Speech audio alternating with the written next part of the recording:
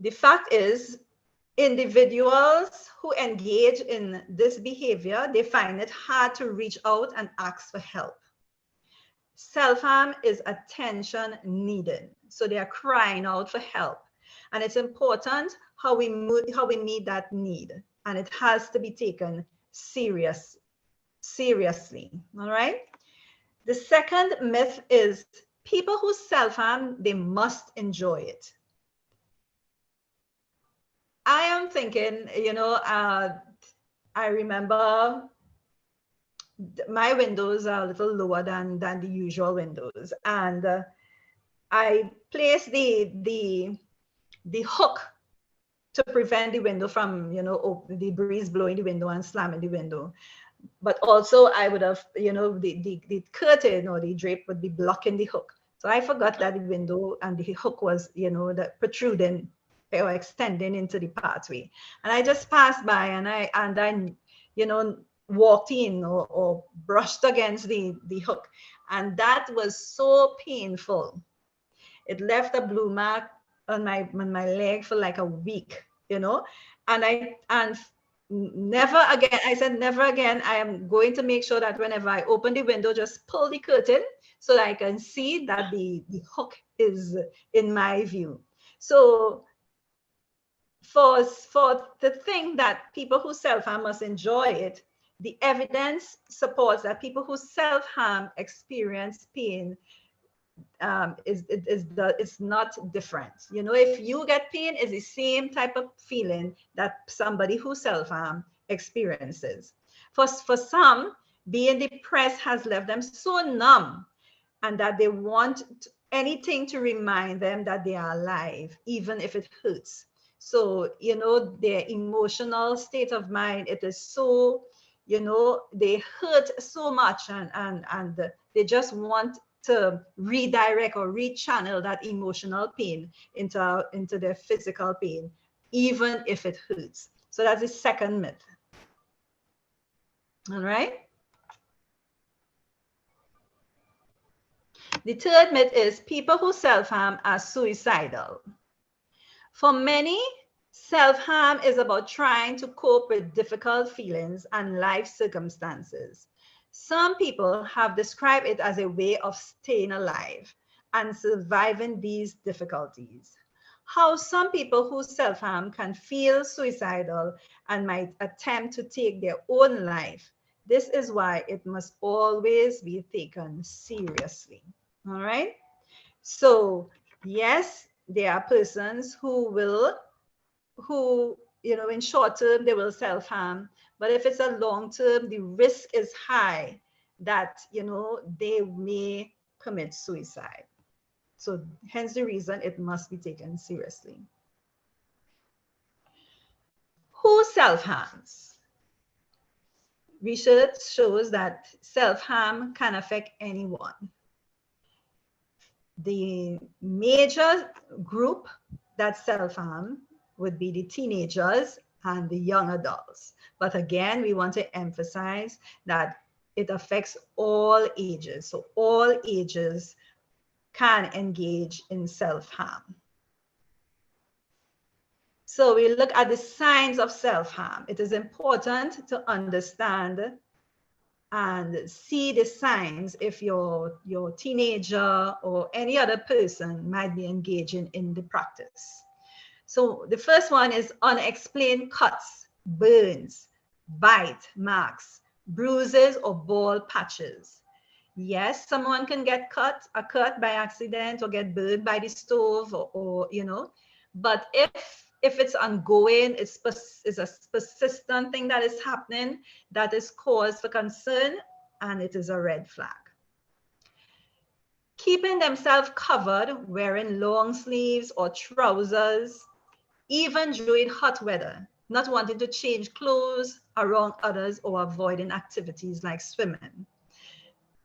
Yes, they don't want to expose or let people know that they are self-harming, so they will cover themselves so that there would not be any sign of them engaging in self-harm. So that is cause for concern if it's hot and the kids or your teenager is always in long sleeve, that is a sign that you should take seriously.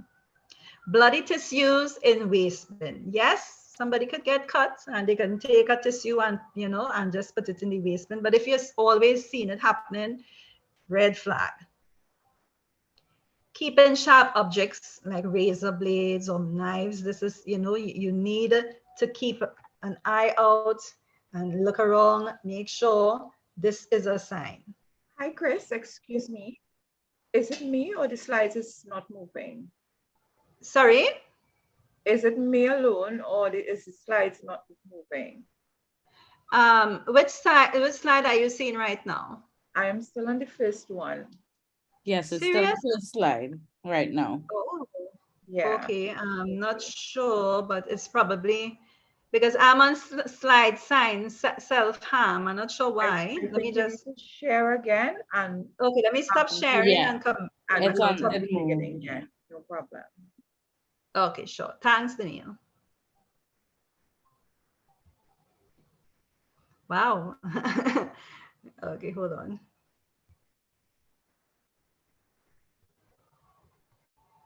So let me know if you're seeing it moving. What are you seeing my screen? Yes, yes, I can see it now.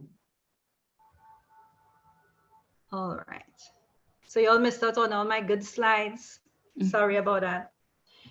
All right. So I reached semen low or depressed, for example, withdrawing from friends and family. You may notice your teenager or young person, they no longer interested in participating in activities, family activities, going out with friends, isolating themselves. You know, they just don't want to, you know, be around people. A change in behavior. Somebody who used to be, you know, involved in sports or whatever activities, they're no longer interested in being involved in those activities. You may find them blaming themselves for problems or expressing feeling of failure, uselessness or hopelessness.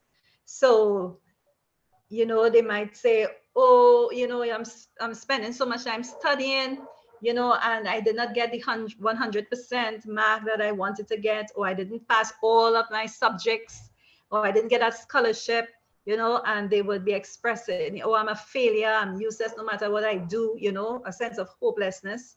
If it's ongoing, that is a sign to look out for. Outbursts of anger. Yes, our teenagers, you know, they go through a phase where they become angry easily. But if it's always happening, it's a cause for concern. All right. And the last one is self-loathing, which is, you know, self-hate, extreme criticism of themselves, and expressing a wish to be punished for no reason, you know. So if you are seeing any of these signs, these are indicators, red flags that, listen, this, I have to take this seriously, and you know, do some investigation, see what is happening, ask some question, make it easy for them to come and talk to you. All right. Are you all seeing the next slide? Reasons for self-harm. No, not yet. No, still seeing signs of self-harm. Oh boy, I'm not sure what is happening. Okay, like I'll have to stop sharing and come back in again. Hold on.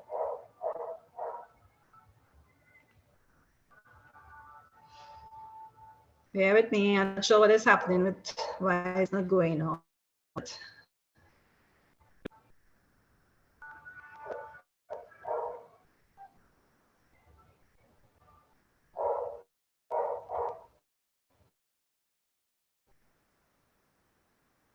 All right.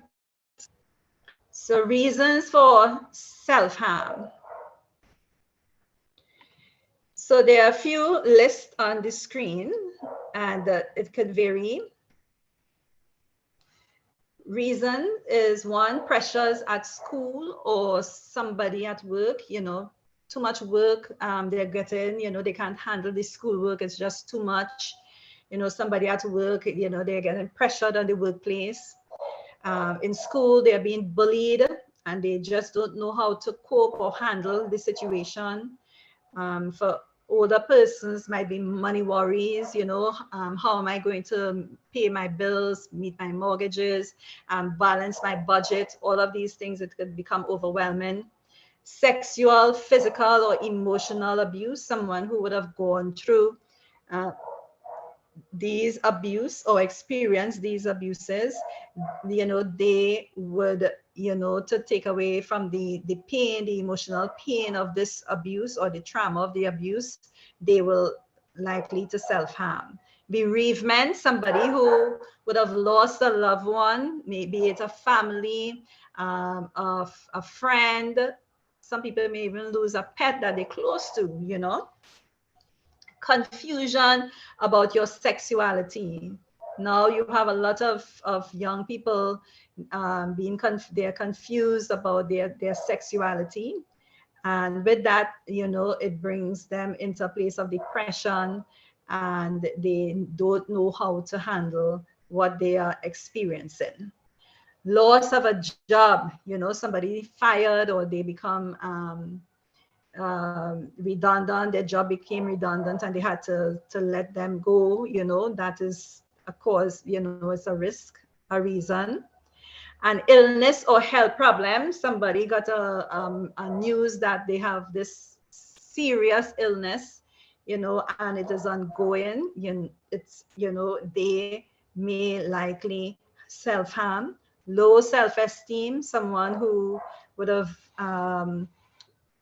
been in a home where they did not have that support and guidance and direction to develop their self-esteem.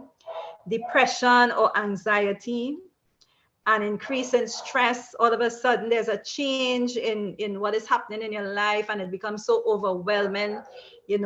Everything seems to be happening and crumbling around you and it is just too much.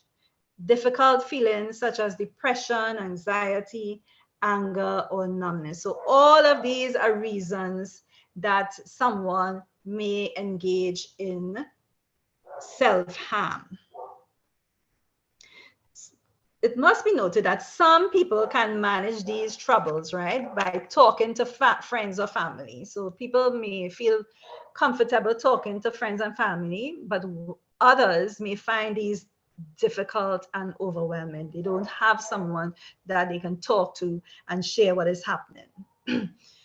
When we don't express our emotions and talk about the things that make us distressed or angry or upset, the pressure builds up and it becomes unbearable. Some people, they turn this in on themselves and they use their bodies as a way to express the thoughts and feelings that they can't say aloud to someone. So often people who often harm themselves when this all gets too much, so this is what happens when the pressure builds up and it is just unbearable. They have no one to talk to express what is happening, their thoughts and their feelings. They engage in self-harm. So this is a little diagram of self-harm.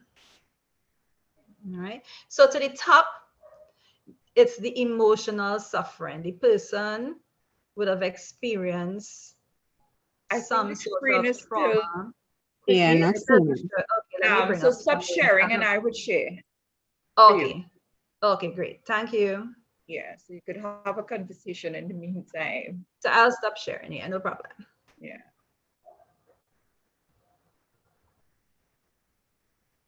Oh, cancel. Okay, go ahead. Thanks, Denielle. Right. So far we covered the signs, the reasons, the myths and the facts of the myths versus the facts. All of these that will indicate or give us an idea as to what is happening with our teenagers or persons that we are associated with, our, you know.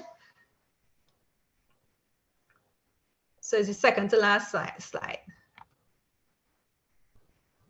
Right, thank you. Right, yeah, self-harm. Great.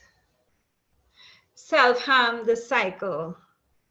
So to the top, there's the emotional suffering. The person is experiencing whatever problem that they're going through, whether they're being bullied, whether they lost their job, whether they didn't make the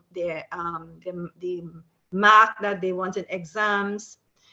They may have been experiencing some sort of abuse. They are suffering emotionally. And then the emotion, it goes to overload, emotional overload. It becomes so overwhelming. The pressure builds up within them that they can't, you know, deal with it. They can't cope with it. And then it turns, that emotional overload goes into panic mode. They start to panic about the situation of how they are feeling emotionally. And thereby they channel that emotional feeling that they're experiencing and they self-harm. They cut themselves. Cutting is the major form of self-harm. All right. They cut themselves, they burn themselves, they may, you know, they may choose, it could be not just one method, it could be more than one method. And then it gives the person the temporary relief from experiencing that numbness, because, you know, they can't feel, they become numb. So it gives them that opportunity to direct that feeling to a physical pain that they can experience when they hurt themselves. All right. And then when it is a temporary feeling, and then after they get that relief, it goes to shame or grief, where they feel shame about what they have just done to hurt themselves. They don't want any family or friends to see that what they have done. Now, some people, they self-harm for a short period. They self-harm and then they stop. They are able to stop. But others, the cycle continually goes around and around, and you know, there's no end until there's, you know, there's an intervention. So this is what self-harm is. So we look at the different, what is self-harm, the myths and the facts about self-harm, the signs of self-harm, the reasons of self-harm, and the cycle of self-harm. So at this time, I hand over to Denielle. Thank you, Denielle. Thank you so much, Chris. So I wanted to go back on this slide a bit. And I just want to listen to I'm not seeing you, Chris, on video, so I'm not sure what's happening on your end, but I too have technical difficulties, but we're moving forward. So I went back on this slide, types of self-harm, and maybe someone from our listening audience can tell us if they have ever, which one is new to them, because we are accustomed hearing cutting.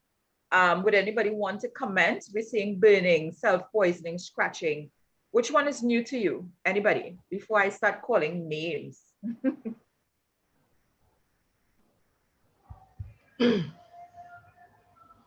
And also remember, I would have added these severe ones where they actually remove their limbs, or they gouge their eye, or they, you know, auto amputation. Anybody would like to make a comment as to if anyone? Sure. Yeah, good night. The self-poisoning is new to me. It's new. Yeah. Yeah. And even the biting to an extent.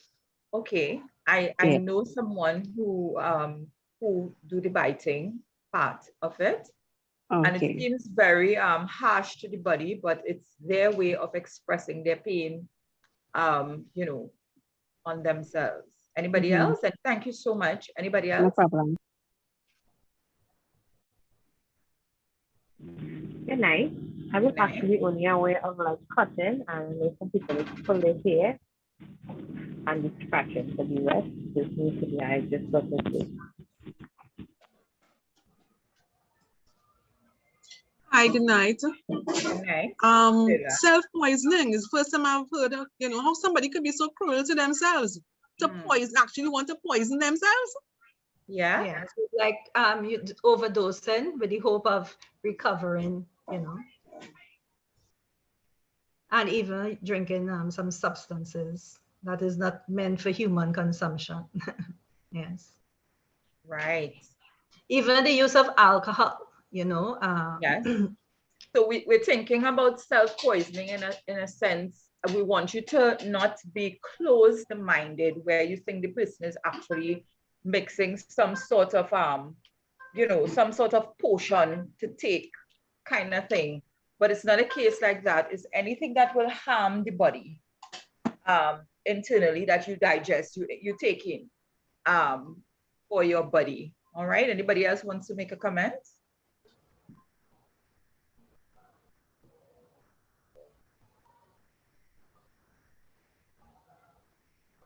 Biting? Yes, biting. All right. So thank you so much. I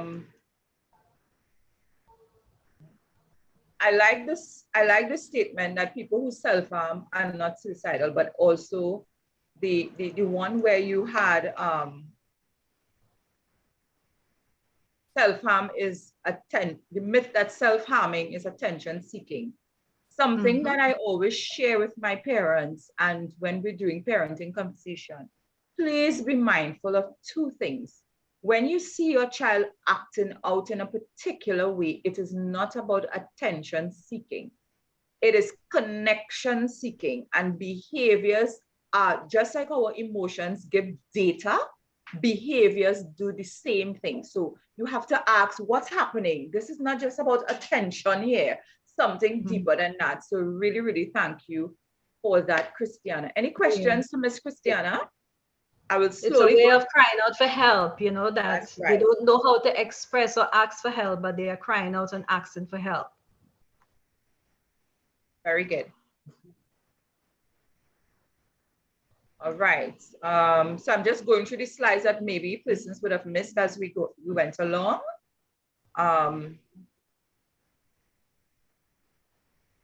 Parents who are listening, this is very, very serious, and Ms. Chritiana would have noted. Please take notes of these reasons for self-harm, and I'm sure this list could go on and on, right, Chris? Yes, it's not limited to this list. It can go, you know, it's, you know, it could be a combination of what was listed, and it could have other things that wasn't listed here. It's not limited. Okay, excellent, excellent. Any one of our parents want to comment?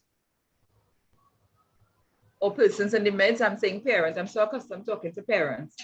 Any of our listening audience would like to add any other reasons to this list? Or maybe you have a question.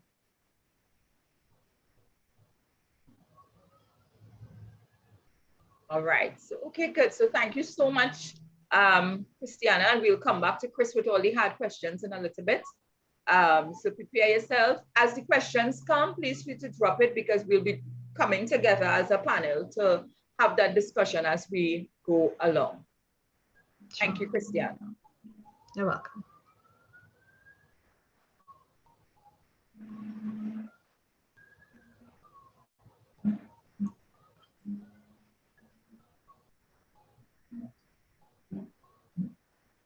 At this time, I want to invite to the floor Miss Andrea Baksh, mental health advocate at Safe Place Family Life Enrichment Center. Having immersed herself in the field of psychology over the past 12 years, Ms. Baksh is making strides in mental health, in the mental health field by impacting life, transforming minds, and healing hearts. And Andrea worked with us at Safe Place, and such a wonderful soul, big-hearted person. and she loves what she does. So I want to invite for you right now, Andrea, to take it away from here. Good night, everyone. I'm going to share my screen for you.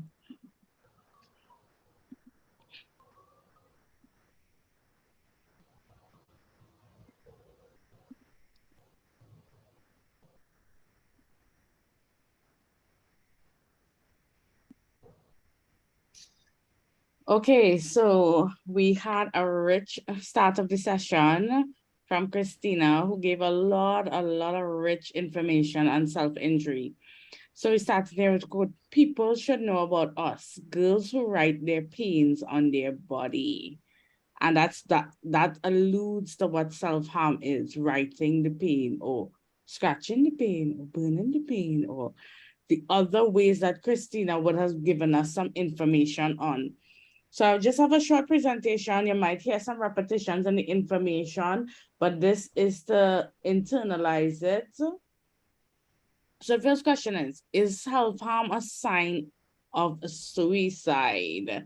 And Christina would have touched a little bit on this, Chritiana, sorry.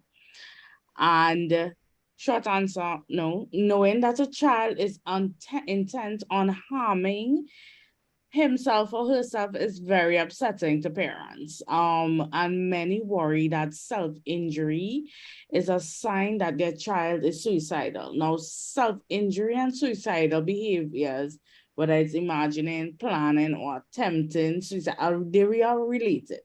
But the relationship between the two is actually, it could be confusing because they could look similar. And it could be very difficult to tell the difference between self-harm and suicide attempts. But there are important differences in the intention, right? As well as the danger. So self-injury it is known to virtually feel better than to end one's life. They are doing it. You might hear the child to the person say, it makes me feel better, right? And you could drop in the chat if you ever heard someone say that when they're cutting, it just feels good. When they're burning, to them, it feels good. So indeed, some people who self-injure are clear that it helps them to avoid suicide. In fact, Chritiana would have given us a technical term for self-injury, which is non-suicidal self-injury, or NSSI. So in that case, self-injury is not usually a suicide attempt, but it can increase the risk of suicide because of the emotional problems that trigger self-injury. And the pattern in which persons damage the body in times of distress can make suicide more likely. So although self-injury doesn't cause suicide, other important things to know about the relationship between self-injury and suicide is that the very act of engaging in self-injury reduces inhibition to suicidal behavior if someone becomes suicidal. In other words, when they practice injuring their body repeatedly, it actually makes it more easier for them to injure with suicidal intent.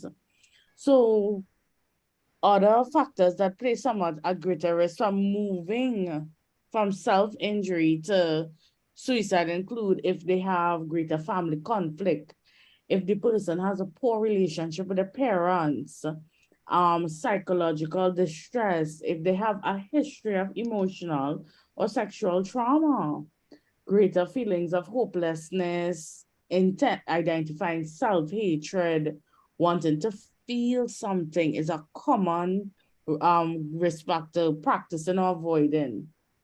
And high impulsivity and engagement in risky behaviors, substance use, and diagnosis with major depressive disorder, right? Self-harm can also lead to suicide when self-harm is no longer an effective coping method for the person.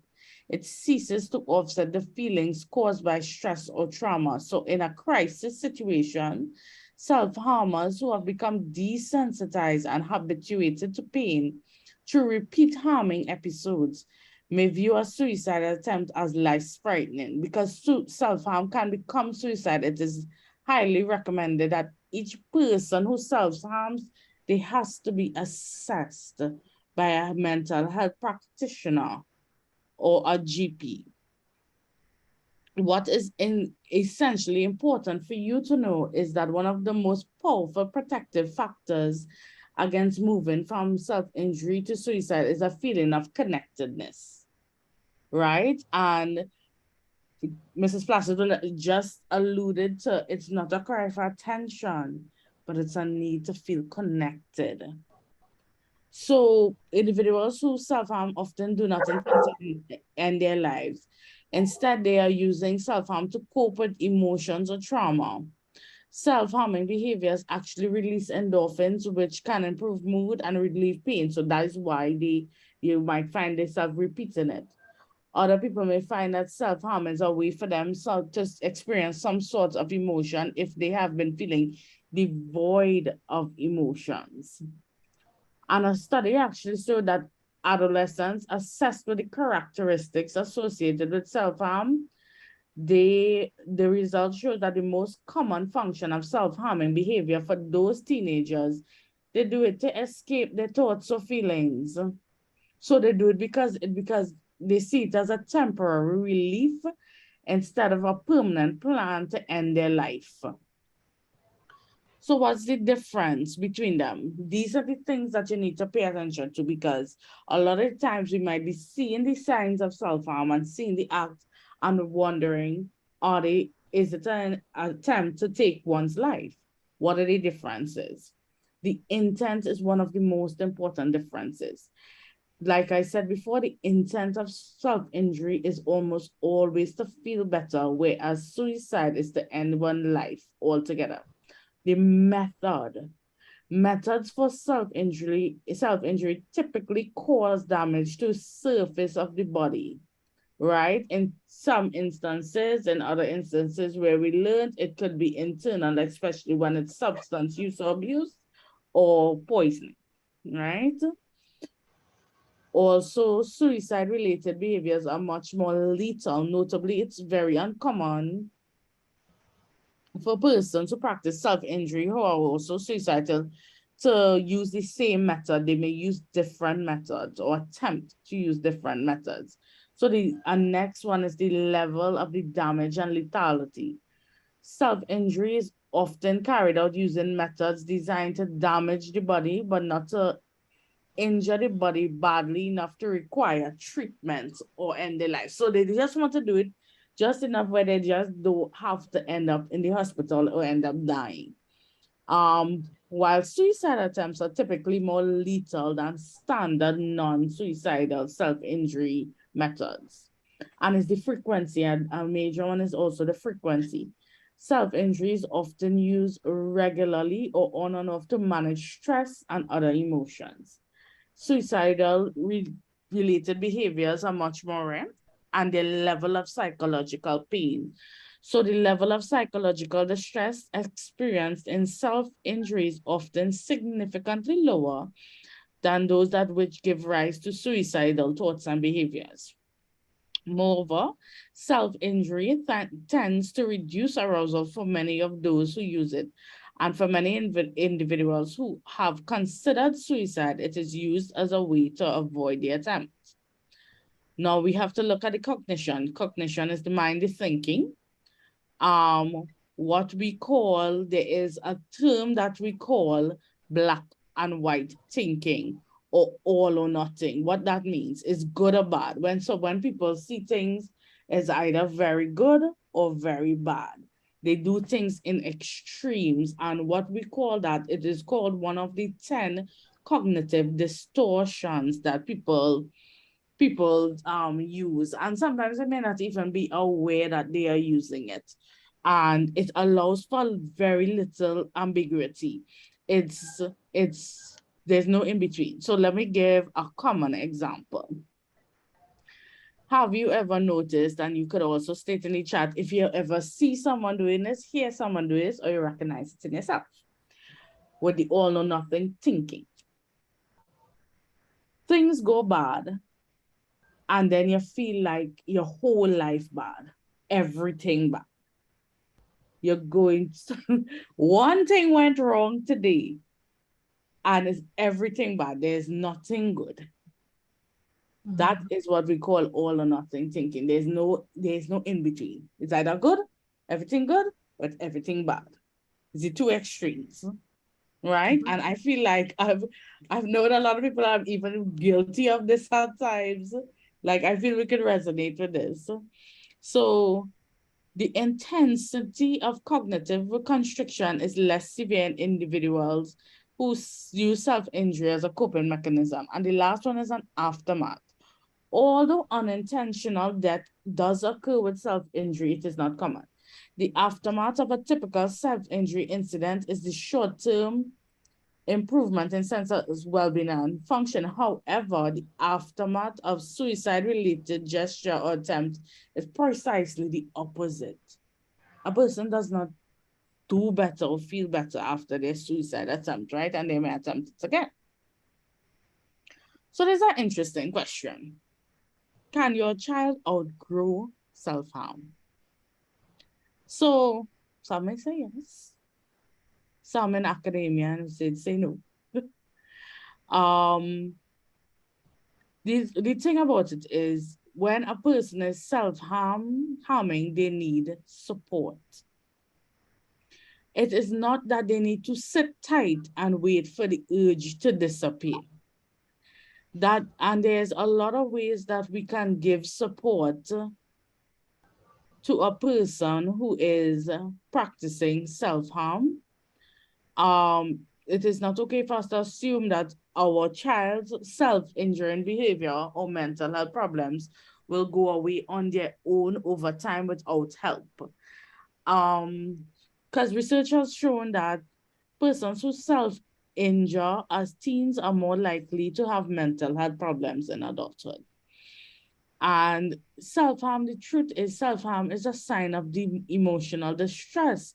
It is not a stage that kids go through like puberty or drop on their own as they get older. It is a sign, it's an indicator. In addition to suicide attempts, people who self-harm are at increased risk for other mental health conditions such as depression. So it represents more than just a phase. It is an unhealthy coping mechanism that at the heart of it, that is what it is. And that could have disastrous consequences if left unaddressed. And overcoming self-harm requires help and support. And one of the things people may not be aware, some people might engage in self-injury intermittently. So they might do it now, they might stop, then at another point in their life, they might do it again, right? So that's to show it is not a phase. Others might do it for several years and then be able to get the help and find the coping mechanisms that they need to stop. There is no predictor for someone stopping non-suicidal self-injury. So there's no way to predict when they'll stop, if they'll stop. What we ought to do is render that support and help and get that help for them, right? What are the risk factors? The risk factors for self-harm amongst children fall into three categories: family, individual, and societal factors. And this is just to say is not just one thing that contributes, right? It's a variety of issues, including having family or friends who self-injure. So what you would find now, children or teenagers in their peers, you might find they have a friend who also does it. And they have that commonality and they share that secret with their friends. Experiencing stressful life situations, family instability, sexual identity, uncertainty, people who live in social isolation, people with depression, anxiety, or personality disorders, and youth, children and teens from all walks of life, all backgrounds, all demographics can engage in risk for engaging in self-injury. This is not to say a certain child of a certain socioeconomic background or class will be the only ones to, right? There's no discrimination. It's across the board. Persons being bullied or bullying others are at greater risk. Those diagnosed with any behavioral health disorder having low self-esteem and feelings of worthlessness, people who are unable to maintain healthy relationships and connections.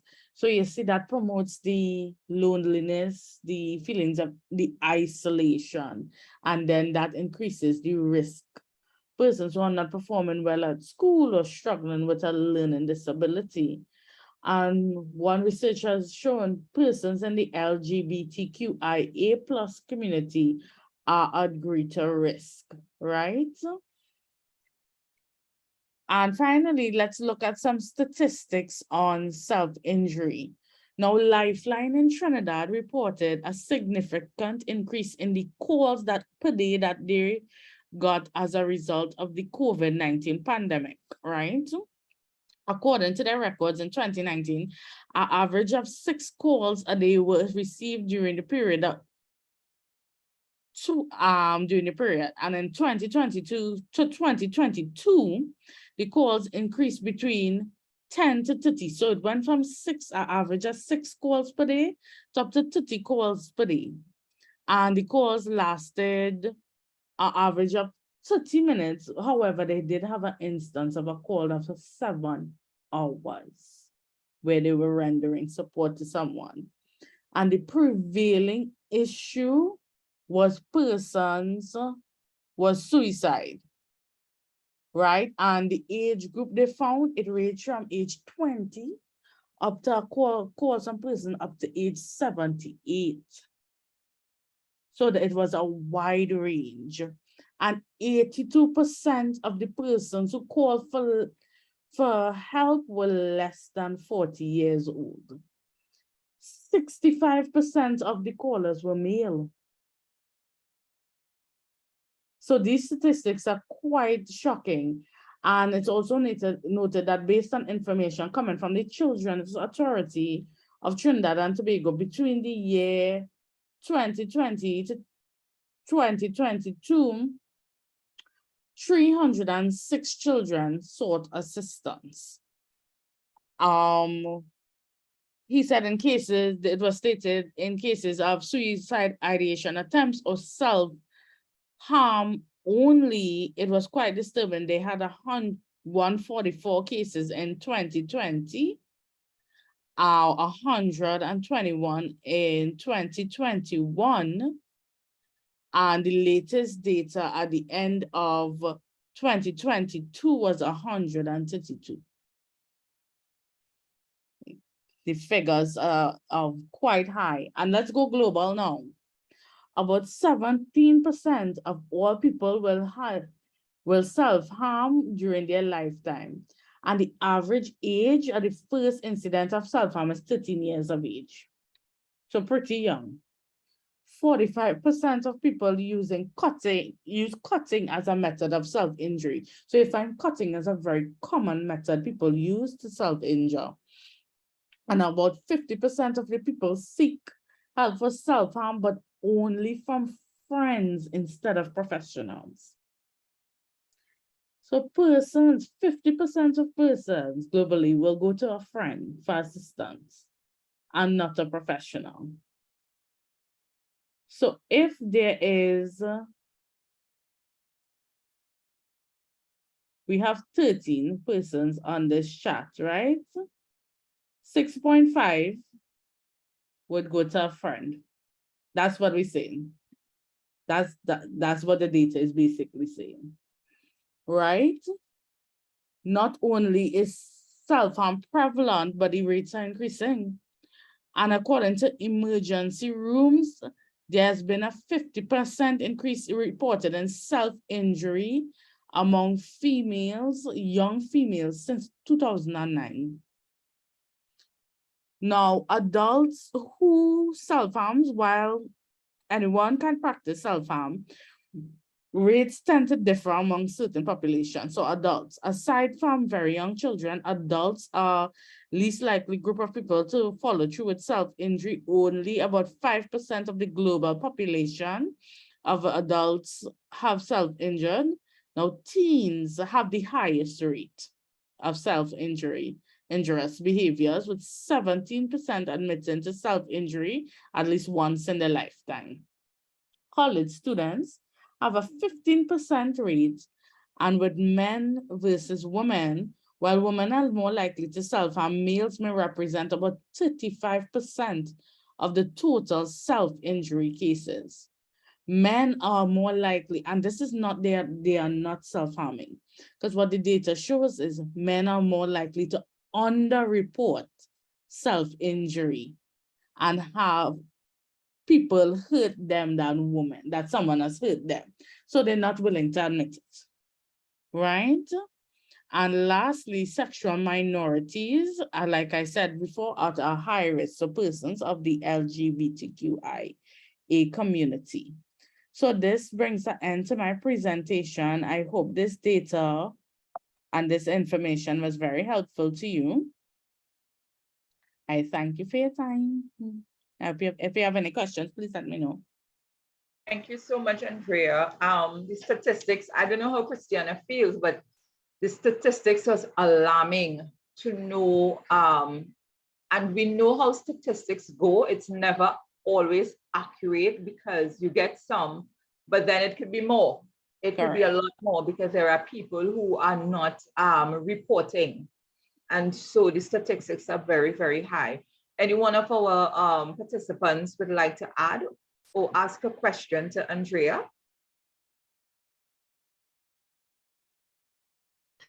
What was interesting was actually getting the statistics, because I remember when we were in school, we had problems getting statistics. Data, yeah. You know, I think it's getting much better now. So it's good that we are able to get these statistics. Yeah, that's good, much better. Any questions for Andrea? Any feedback from our participants? So we want to move into a question and answer segment. And when we planned this workshop, it wasn't geared towards overwhelming you with information and packing your minds with information. It is really geared towards giving you an opportunity to have some thought-provoking questions in your mind so that you will go back to your spaces and pay attention to what's going on in your environment, do some further research, and to help you understand what's happening. Because as we see when Chritiana shared, there are all forms of self-injury persons can engage in, because the foundational basis is harming of the self. So that is not limited to cutting. It is not limited to biting, as we would have seen. And then we see, you know, there was a time in Trinidad and Tobago, we would have said, that's a first world country thing, or that's for the US and stuff.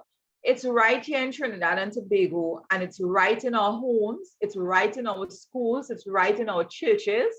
It's even in the workplaces. And we ought to now turn on, you know, just take off that shield from our eyes and start paying attention to those that matters most to us. Those that matters most to us. Self-injury, self-harm can go as even eating too much or eating too little, because you are harming the body, and that's what it is. So don't limit your mind as to what can happen. So I have some questions for the audience, and this is in relation to, are you seeing my slide? Right, so we have a question. Do you find that children who were sexually abused with self-harm to get their attention of their parents? So I want to address this before I move forward with the conversation. Remember, and Chritiana would have started and said that it's emotional pain that is being seen from a physical point of view. And so with a sexual abuse person, by all means, Yes, it can be used to raise awareness that something is happening inside of me and I need to get it out. Remember, participants, that, and it's something new for us. We're accustomed saying that our children are looking for attention. Our children are looking for connection. Their behavior provides data for us as we move forward. And so therefore, while the question would have, and beautiful question, while the question would have narrowed down to if a sexual abuse would self-harm to get attention to their parents, they're trying to get a form of connection. They're looking for answers. They're looking for somebody to cry out to. The internal pain reveals itself physically. And in some cases, well, the self-poisonous remain internal. I'm not sure if Chritiana would want to add to that. Yes, definitely. As you say, they are channeling the emotional pain to that physical pain. So it's trying to feel, to get away and to feel some sort of emotions or some sort of feelings. And yes, getting the attention. They are crying out for help, but they don't know how to express that help that they require. So that is their way of seeking that attention. Thank you, Chris. And again, bear in mind, thank you for that question. That question was a very good question. Bear in mind, it is self-injury or self-harm is when emotional pain becomes physical. Yeah? Veronica, you want to ask a question? Feel free to go ahead. Hi, good night. Good night. Yeah, now basically this topic is really, really informative, right? I applaud you all for this. Thinking about the different self-harm and whatever. Now, part of it, yes, that you all highlighted on the bullying and, you know, seeking for attention, but especially around this time,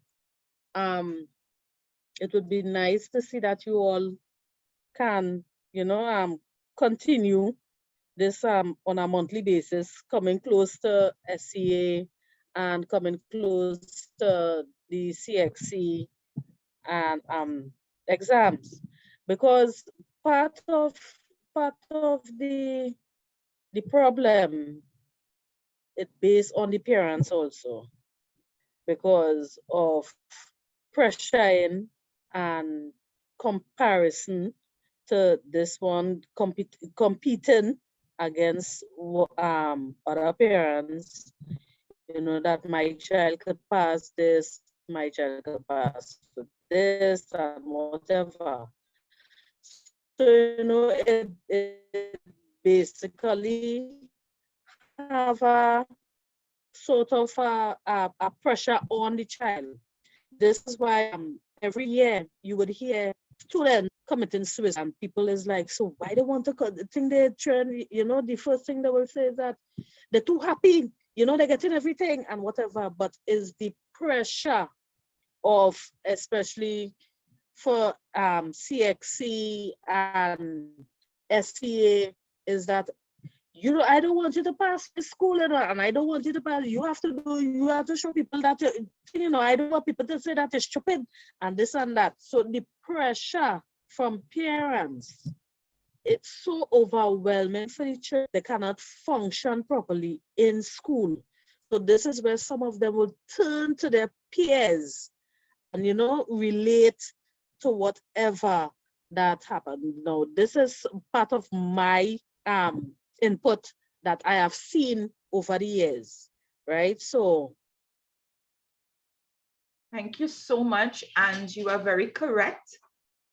The pressure is on our children. And I want to admonish those of you all, and we are all always around a child. So it's not about being a parent biologically in whichever way. We have there's a responsibility that is placed on us generally, that to care and to be careful of what and how we, you know, children, it doesn't matter how heartfelt your intentions are, children will respond to your tone and your behavior and how you basically, what you say to them, how you say to them. So I'm inviting all of you all. We have a parenting workshop that is always coming around. Join that setting, join that forum so we could understand what we need to do with our children. As I said, my video is going crazy. So if you see it coming on and off, don't worry about it.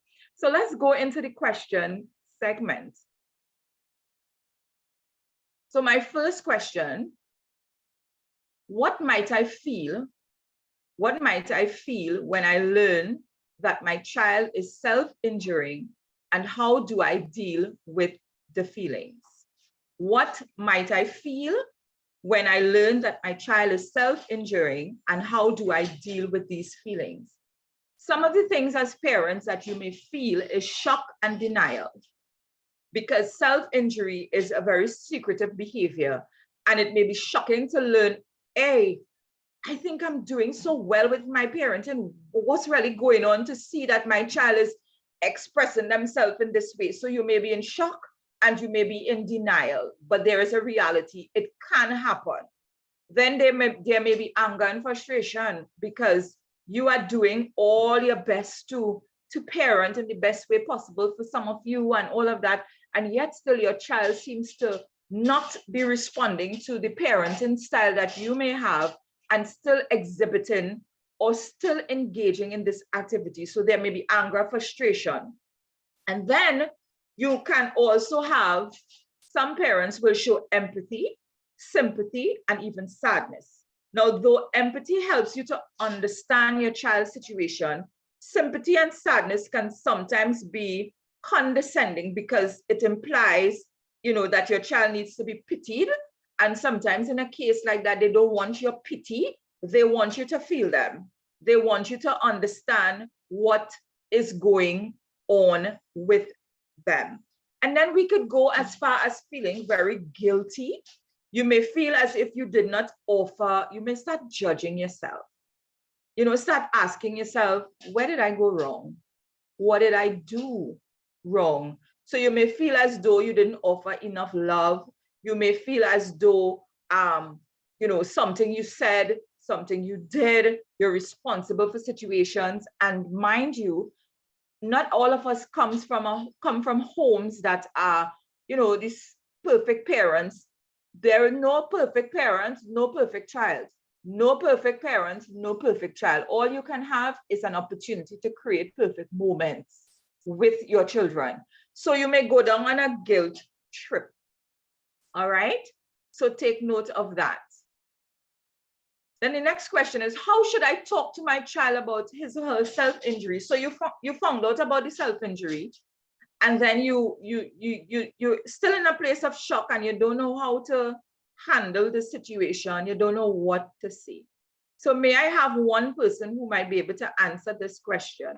What should you say to your child? How should I talk to my child about his or her self-injury? Anybody, quickly, short and sweet. What is the first thing you would say to your child if you found out that your child is engaging in this behavior?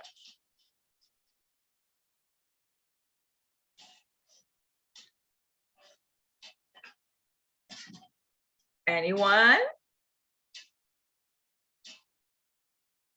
All right, very quiet audience tonight. So as soon as you find out, you address the issue as soon as possible. Don't presume that your child will simply outgrow. And Andrea and Chritiana would have spoken to that. Don't just say, yes, beautiful, I am here for you. That's beautiful. Use your concern, be empathetic. Let them know that you love them. This is not about, yes, we can work this out together. Thank you so much, Lydia. Let them know that you are there for them. Validate their feelings. Now, you don't like the action that is coming out of their emotional pain, but you still validate who they are. Parents must first make eye contact and be respectful to them. Embrace them. Maybe a simple hug. Just throw your mind a little way back. I don't know if Chritiana and Andrea could remember when COVID was on a rise and we could not hug, we could not hold hands, we couldn't do anything, and there was a rise in skin hunger. How did you feel? How did you feel? Isolated. Isolated. And when you got your first hug after they allow us to hug, or you take I a was chance. hugging everybody. It also felt strange to get a hug after so long. Yes, Yes, but it it was- felt warm. It felt embracing. It gives you that Correct. sense of, I got you. It gives you that sense, I'm considering you. Hey, I care about you. It We was don't just- connection again. Yes, connection. We don't just walk up where, you know, in Port of Spain or walk High Street in San Fernando and just start hugging people. Like, no, you extend yourself to someone, you hug them, you show them that sense of love and appreciation because you care about them. Parents, Goes listening, along. it goes a long way. Listening audience tonight, sometimes you don't need to say anything. A hug, a nice pat on the back until you can get to it. Because when you are in an emotional state and you have a lot happening, words is just too much in the moment, right? So be careful of that. So I hope you all are still with me on that one.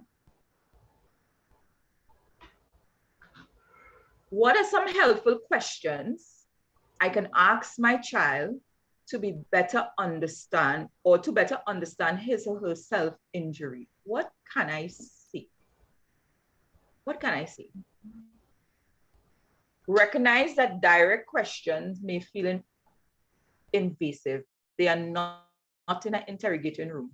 You know, now people, I'm very real. You put them sit down and what you doing that for? Why are you doing that? Who tell you to do that? Where you learn that? And I mean to say, the questions just starting to come like somebody, you know, Chritiana, you could identify with me. They will shut down, you know, they wouldn't want to talk to you. No, I mean, we adults don't like people to just be like directing questions to us like that. Can you imagine doing that for your child? So be careful of your tone and how you say it. So you ask questions like, how are you feeling? What's going on? Help me to understand. Now, it's not easy to talk to somebody without judging them. It's not easy because we all have experiences and we come with things and we have heard and been exposed to stuff.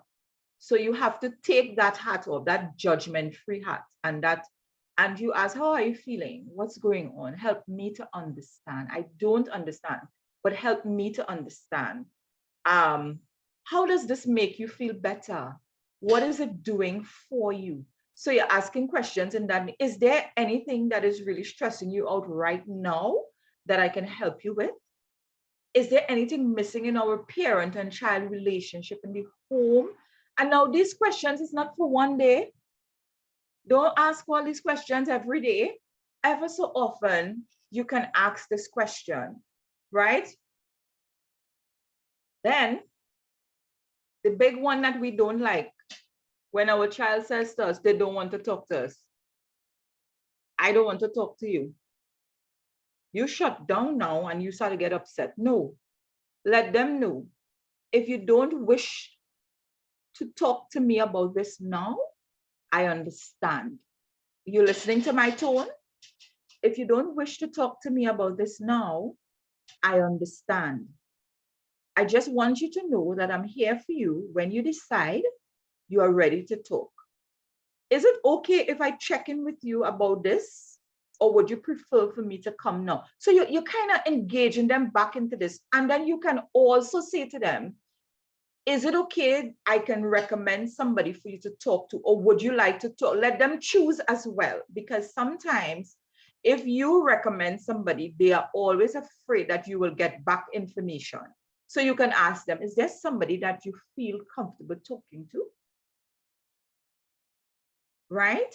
So that's just that. Feel free to continue to drop your stuff in the comments. This is one person said, person that I spoke to. The internal pain wasn't real, wasn't something wasn't something that you could heal. And if you make it external, it is real. You can see it. So I needed to have it be in a place other than inside of me. So they wanted the internal pain to be seen, not inside of them, because it's internal and nobody can see it. So it's a way of crying out. And as we said before, your emotional pain being shown physically, right? Physically. Yeah, and that captures it so well, Denielle. Yes, yes, it does. I'm just right. The internal pain wasn't real and wasn't something that you could heal. And if you make it external, it's real. You can see it. I needed to have it in a place other than inside of me. And that is exactly that is happening. The big one, what are some things I should avoid saying or doing?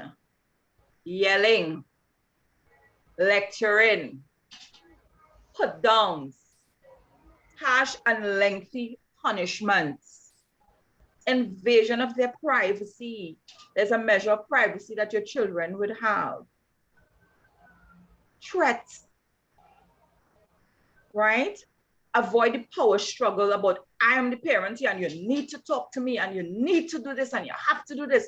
And if you don't do this, I am going to do this. And that's no, it's this moment in your parenting journey is an opportunity for you to reach your child before it escalates and goes into suicide. Yes. Anybody want to add to this, Chris or Andrea? Yeah, because remember in, well, the Caribbean, I will say, we have this parenting style of threatening. If we want to get our point across to the child, you know, that is what was learned. That's the way it was done. But, you know, when you look at it, it's just adding to the emotional feelings, negative feelings that the child is experiencing. So we have to relearn how to use this new approach. You know, it may not happen overnight, but it's something we can practice, you know, and it will help you to establish that relationship or build that relationship with the child, and the child will be able to trust and feel free to come to you. Definitely. It's definitely, go ahead, Andrea. It's definitely a process of unlearning and relearning. So yeah, we need to be real parents. Yeah. Then you have to give yourself grace, because in the moment you want to respond, you want to, you know, so you have to, and it could be emotionally driven because you're upset. Yeah. And you're human and you want the best for them, but you feel like this is the way to protect them or guide them. But we have to give ourselves that space to calm down, think, and respond appropriately, because we have to think about the effects of it. Definitely. I love it. Well, thank you, Chris and Andrea. One of the things that we do wrong when something happens to an individual is immediately say, I know how you feel. People, even if you go through the same situation, you don't know how I feel. This can make the other person's situation feel small or trivialized. Yes, you may have experiences and you can relate. So it's better to say, I can relate to you, but tell me how you feel. Because the way I feel is not the way Chritiana will feel or Lydia will feel. We all have a threshold for stuff and we all experience stuff differently. So let's stop telling people, girl, or I know how you feel. You don't know how I feel. You can relate because you may know of the situation, but no two situation is the same. So this can make the situation feel small or trivialized. Don't say, how you could be so crazy to do that. Do not say that. That will offend and that will make shame to them. Bring shame to the situation. Yes. You're doing this, you want me to feel guilty as a parent, and all of a sudden you start taking this. You are the victim. You are the victim here now. So you take the role of the victim. We do that very often in our daily life, being the victim of a lot of things. And this is not about you. Yes. Even though indirectly some of our parenting styles and the way we do things affect those in our care, we also have to know that this is not about you right now. This is about me, and I'm having an emotional situation happening and I need help for it. Take your children very, very seriously. Any of our participants want to talk or say something as we move along? Something stood out to you? I also think one of the responses we get culturally is, what you have to be sad about? Oh, yeah. But what stress you have? Yeah. And then there's the oppression Olympics. So they start to talk about all the things they went through. And it's invalidating. Yes, don't invalidate each other. Don't invalidate their experience at all. It's even more difficult to reach them and to connect with them.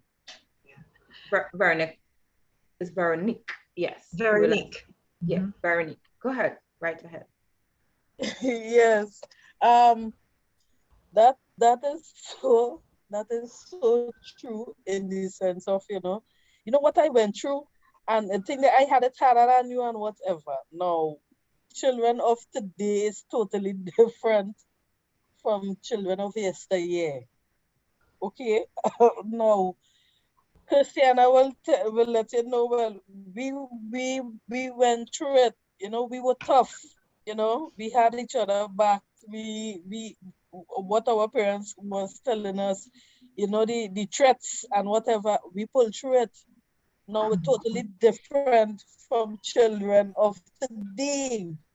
Now we have to be creative, and we have to be immobilized in a way to function with them, right? And it's so sad to see that, the parents would make themselves a victim. I am a parent of two. One is 18, the other is 12 going on 13, right?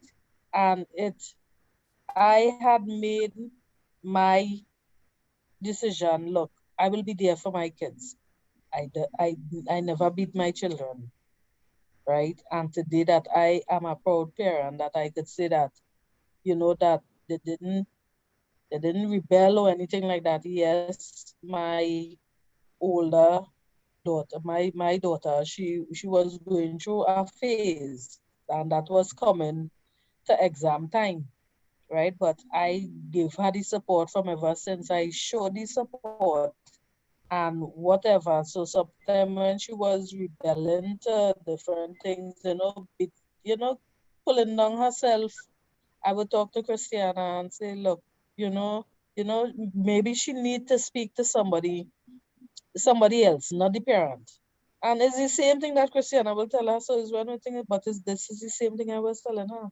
But probably they need to hear it outside than, you as the parent, because they'll say, you will say that because you are the parent. No, I will say that because I see your potential. I see what you have, I will be there. Make it easy that they could come and speak to me and let me know what is going on, right? So this way that so it's not that I would do to them what I have been through. It's totally different. You are looking to improvise that they wouldn't have to go through what you went through, right? You are there. Children of yesteryear grew up themselves because when mother and father working, everybody seen about whatever. Not today. They need to be guided right through. Thank you so much. Thank you very much for that. And as we move along, a big one, how do I know if I'm doing or saying the right thing? That's something that will always be a concern. How do I know? And I want parents need to ask for feedback from their child. Sometimes you may not get it in words, but you may get it in behavior. This demonstrates that they are truly engaging in providing and strengthening the relationship with child, just ongoing things and not no long probing stuff. How are you doing today?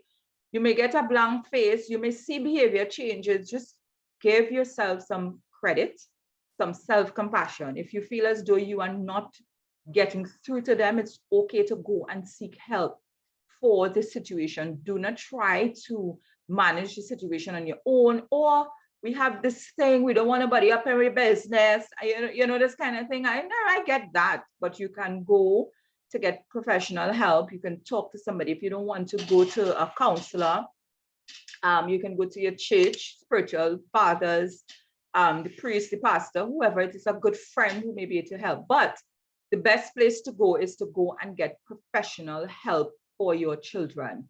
If you cannot afford counseling, there's the child line that you can call. The Ministry of Health, they provide free counseling for the general public. So please reach out, give yourself some compassion. You may not know if you're saying the right thing, but just look out for the little cues and the little sign. It may not be anything big and significant. Simple thing as, you know, you found out they're working on the situation, they may stop eat because they're feeling so ashamed. And then on day 1, they didn't eat properly. Day 2, they didn't eat properly. And day 3, they just passed by the stove and they watch inside the pot. You're doing something is happening. It means they're trying to come out of where they are. So look for the little cues. And then on day 5, they may just say, I could get something to eat, please, something small. You know, they may give you a little smile, a little wink eye. Just look for the small cues. Don't do lecturing, don't shout down, don't, just make them know that you are there for them. Parents, there is hope. If you're facing some of the difficulties, you know, we have, generally, don't give up. You need to fight. Many teachers, doctors, counselors may not have the knowledge or ability to help, but just keep fighting. Don't give up. There can be a bright light at the end of the tunnel. Don't give up. You try one avenue, go to another avenue, try something because you want your child to come out of the situation. Here's what one person said. I stopped because I develop a sense of worth. That is important. And to some extent, love for myself. I also have come to understand that it is painful for those I love to know. I love to know that I cut myself. So I have partially stopped so that I would not hurt them. I've learned better coping strategies as well. That is so important, to understand their worth, their love for themselves, to understand just in general that, hey, life matters and those around me matters. So before I wrap up, is my child's self-injury my fault? Blame game. You know, you start, it's natural. It's natural for you to feel, or I should say it's normal for you to feel something is your fault, especially when it's happening inside of your home. But I want you to know that while some environments are very toxic, or some environments don't necessarily have to be toxic, but can be the basis or a general reason for some child saying, you know, because my parents is this, and they don't give me enough time or space to be emotionally connected and to express myself, and they may come up with numerous reasons why they do it, and you may fall into that. I want you to know no person causes another person to act in a certain way. Most negative behaviors, right? Like most negative behaviors, self-injury is often a result of two things. A person believes that he or she cannot handle the stress they feel, and that self-injury is a good way to deal with the stress, and that's the emotional pain. So it's two reasons. They don't know how to deal with it and don't know what to do with it, or they may be ashamed to talk about it. So I do physically. But generally, the real thing you need to know, it's not your fault, parents. No matter what is happening, persons are responsible to respond to a situation in a particular way. And so while you may be, yes, there are children who are exposed to difficult places, difficult spaces. There are children who have been through a lot of stuff. It is still not your fault that somebody chose that path to express themselves. And that is something important for you to understand. This is not an escape route, right? This is not a get out of jail free card for you now, parents, that is, okay, well, it's not my fault. No. Just always remember, when it comes down to everything else, they are responsible for their actions as well. And that is why we need to get them help. How might my relationship with my child affect his or her self-injury?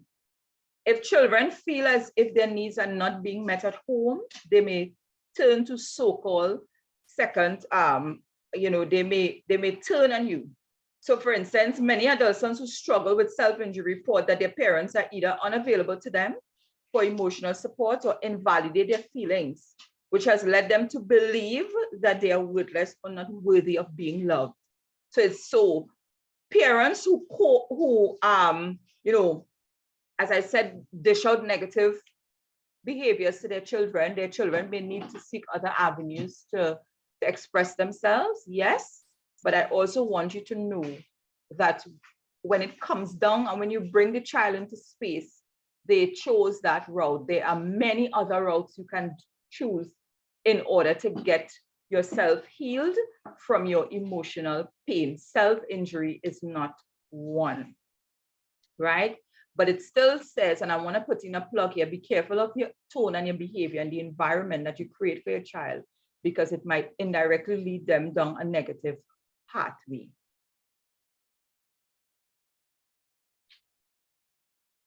What aspects of the home environment might be affecting my child's self-injury? And I just want to back up a bit. Their relationship with their peers in this situation can be very, very alarming as well, because they may not be connecting to you and they may fall into groups with persons with even worse negative behaviors or fall in the wrong arms of persons. So that's why it's important. Check in with your children. In my home, there was a time I banned the word normal. How you feeling? Normal. What you do today? I normal. What happening? Normal. Everything just normal and airy. Dig deeper for the conversation to get a bit deeper. Just try new things so that they can talk to you and they can feel safe. Parents, listening audience, children want to feel safe and to know without judgment that they can come to their parents, come to their caregivers and talk to them about anything so that they know that they can express their emotions safely. What aspects of the home environment might be affecting my child's self-injury? Mismanagement of emotion, as I was saying, family secrets, so many other areas. So self-injury is most commonly understood as an emotion regulation technique. It's an emotion regulation technique. So therefore, your child or the children may be trying to regulate their emotions and it is not regulated because of what is happening in the home. So the home may be toxic, or in some cases you have a great family setting and it is not the home. It's something in school. It's something a teacher said. It's something a PSL. Currently, right now, we are feeling the Valentine fever. And so everybody looking for a teddy bear. Everybody looking for a chocolate. Everybody looking for, what about the ones who nobody's looking at and saying, well, you're nice or you're cute? Check in this weekend, leading up to this love day that they created. Please check into your girls, check into the boys, just talk to them, ask them if they're okay, because this weekend here can be a bit difficult and tough. And so it may not be a home, it may be something that happened in church, it may be something that happened to them in a taxi, somebody interfere with them, it could be something in the schools. Please check in with your child or children. How can I foster a protective home environment? Model healthy ways of managing stress. Keep the lines of communication open. Emphasize and uphold the importance of family time. Expect that your child will contribute to the family chores and responsibilities. Set limits, set boundaries, the things that they intake, the things they watch on social media. Just check in with them. Respect the development of your child's, Respect the development of your child's individuality. Child number 1 is not the same as child 2 or child 3 or even child 4. They are all different and unique, right? Do not take your child for granted. Keep the atmosphere of the home inviting and positive. Positive emotions. Listen, anybody here ever get spanked for their parents and then they ask them, what are you crying for? Chris, wait, you ever get through that when you was much younger? Well, actually, mommy was not one to be using physical discipline, but when she did, it was very fun few. But I know of other people who talk about, their parents beating them and asking them why you're crying. I don't understand that question. Andrea, what's your thoughts on that? I must get at us, child. It's like, you hurting me and I must not cry. Listen, or your child feeling sad, and please, emotions, that's a real thing, and it's to be validated. Emotions gives us data. It's not something to be scared about. It provides us with data. So what are you crying for? Why are you angry? Let's talk about this. I do it too. I make mistakes and I do it as well. And I'm saying this is something that I have to work on. It's like, ask, what's happening? What is causing you to feel sad? What is having you feeling in this way? That kind of thing. So please, let's foster an environment that will encourage. Remember, self-injury is emotion driven. It's the regulation. It's a tool that they use to regulate their emotions. We know that the emotions dysregulate is a maladaptive behavior. And so get the environment into one where my family, we're always having conversation whether they want to hear the parents or not. They don't always like to hear us. But we're checking in, making sure, because as young adults I have, 21, almost 18, and then almost a 16. So you know what's happening in the home. Their bedrooms are like little apartments. And, we have to make sure that they come outside for the food, and if internet come off, we see them. So we have to, so just make the environment very, very inviting. All right. How can I help my child get the most out of professional help? Very simple. Individual therapy. You can do family therapy. There's art therapy, group therapy. You can have so many other things that you can do. You can go to church. You can go to, as I said, professional mental health person. You can talk to a friend. You can ask somebody to look out for them, that kind of thing. The teachers, you can do something. Doing nothing will make the situation worse for you. So this brings us to the end of our conversation. I'm not sure if anybody would like to say anything. Chritiana, Andrea could wrap up, closing comments, and we could hear from the audience. Thank you so much for the feedback in the chat. Getting links for things past, present, and future. Yes, look for it now. Don't cry now. I will give you something to cry for. Oh yeah, those are not messages that are healthy for our home environment. So let's be careful of what we say to our children. Anybody feel free to comment. In closing, I just want to say, so tonight was an information-packed session. You would have got a lot of things that may have resonated with you, and a lot of things that were completely new for you in some instances. My only encouragement and advice is, we are at a point where we have gotten the information. Now we have to pivot. Now is integration. Now is implementation. Now is applicability to our own lives. We now have to take what we have learned here and internalize it and start putting it to practice. And even if you're not clear on some things, and that's fine, you can reach out. Reach out to Safe Place, reach out, and we could even further the conversation and further the level of support and assistance that you may need, whether it's for yourself, a loved one, a family member, or a referral or something. We are here. So you have brought yourself to the point of, I needed the information, I wanted the access, and I got it. So now it's to integrate. So congratulate yourself for just being here tonight. And thank you for coming. Yes, definitely. It is really nice of you all to put aside the time to be part of this session. It shows that you're interested to become more aware of what is happening in your child's life. Yes, and so that you can be empowered to take this information and use it on your own. It's a very important for individuals, for parents, for families, friends to understand what self-harm is. As I said earlier, to demystify the mystery so we will not misunderstand what it is about, and so that we can attend to their cry for help. Self-harm is a dangerous coping mechanism, but once we see the red flags that we highlighted, some of the signs and everything, be aware, be watchful, and attend. Show them love, as Denielle shared earlier. Give them that hug and support, and just letting them know that you are there for them. And it will go a long way as you continue to build that relationship with your child. Okay, so thanks again.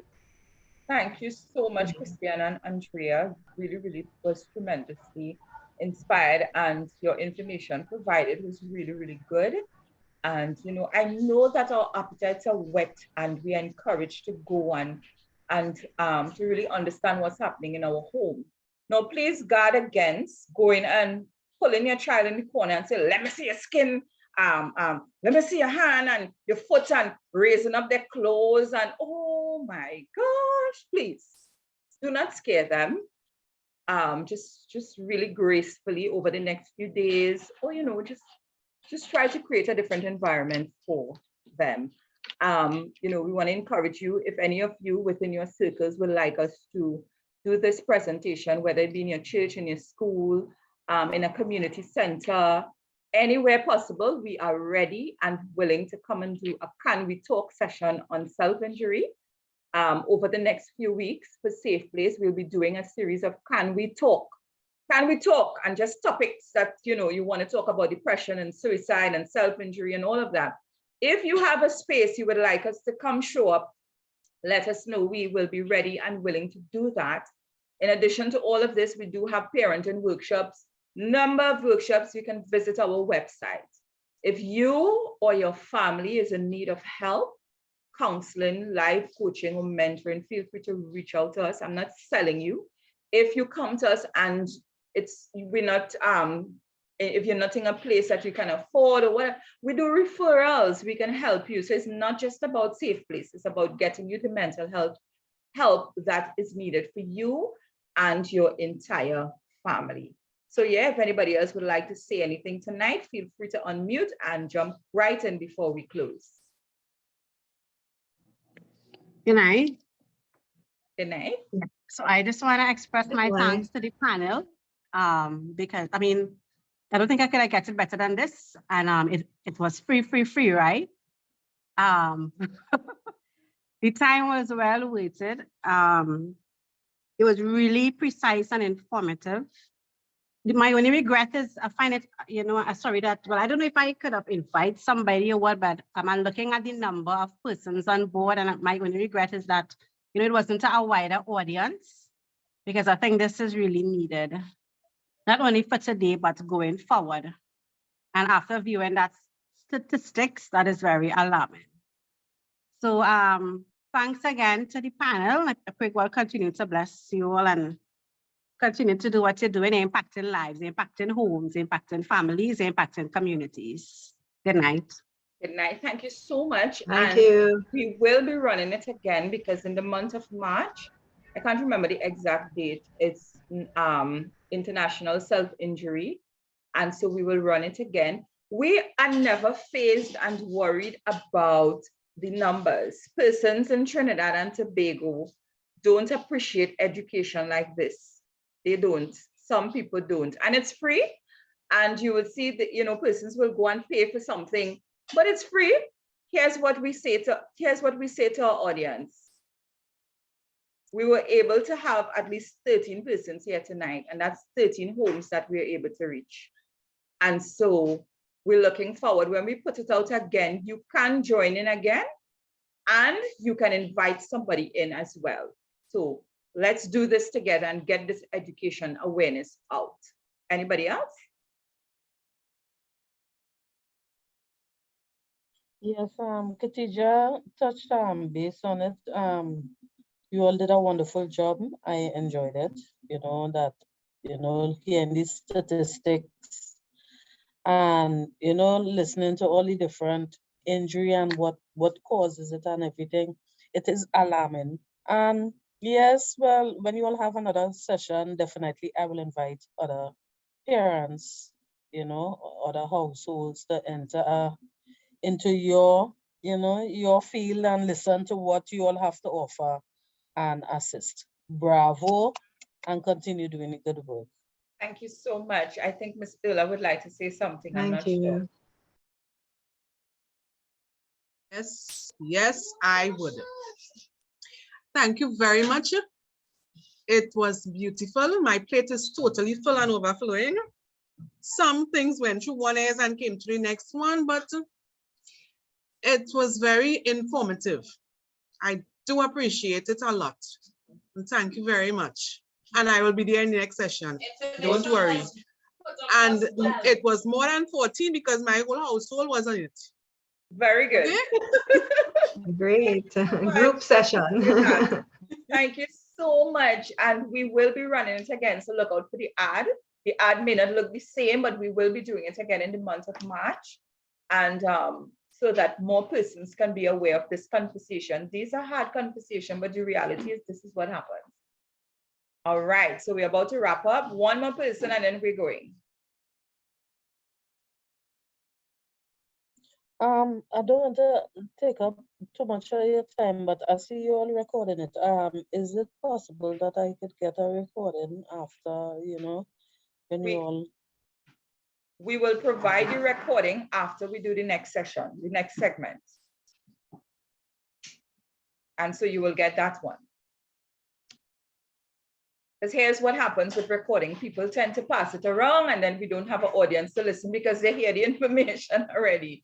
So we will hold it until we're finished with the next session, and then we would be able to disseminate, and we will put it up on our YouTube channel.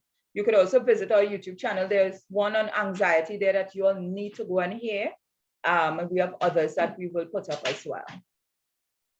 So again, thank you so much. And at this time, again, I want to say thank you to Chritiana, Mitchell, and Andrea, all of you this evening. Have a blessed night and feel free to go on social media and let people know how good this was for us.